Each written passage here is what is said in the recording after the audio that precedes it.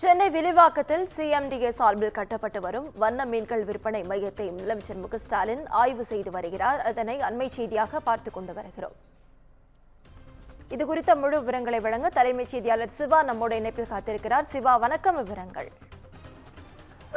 தமிழ்நாடு முதலமைச்சர் மு க ஸ்டாலின் வட சென்னை வளர்ச்சி திட்ட பணிகளை மேற்பார்வையிடுவதற்காக தற்போது வட சென்னையினுடைய பல்வேறு பகுதிகளில் நேரடியாக பார்வையிட்டு வரக்கூடிய அந்த காட்சிகளை பார்த்துக் கொண்டிருக்கின்றோம்.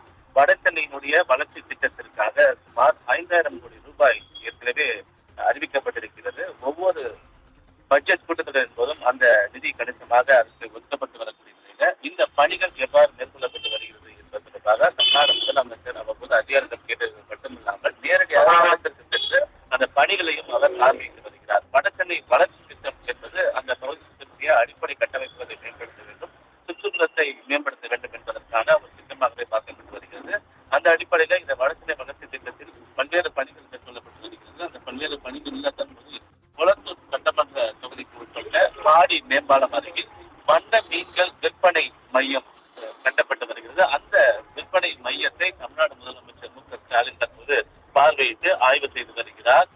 உலக தரத்தில் இந்த வண்ண மீன்கள் விற்பனை மையம் அமைக்கப்பட வேண்டும் என்று ஏற்கனவே அவர் அறிவித்திருக்கக்கூடிய நிலையில அந்த வண்ண மீன் விற்பனை மையத்தை தான் தற்போது முதலமைச்சர் மு க ஸ்டாலின் பார்வையிட்டு வருகிறார். அதோடு மட்டுமில்லாமல் திருவிக்காளர், கண்டிகாபுரம் விளையாட்டு மைதான பணிகள், வட சென்னையில் மேற்கொள்ளக்கூடிய மேம்பால பணிகள் உள்ளிட்ட பல்வேறு பணிகளையும் முதலமைச்சர் மு க ஸ்டாலின் தொடர்ந்து ஆய்வு மேற்கொள்ள இருப்பது தற்போதைய அண்மையாக பார்க்கப்படுகிறது. நடினா,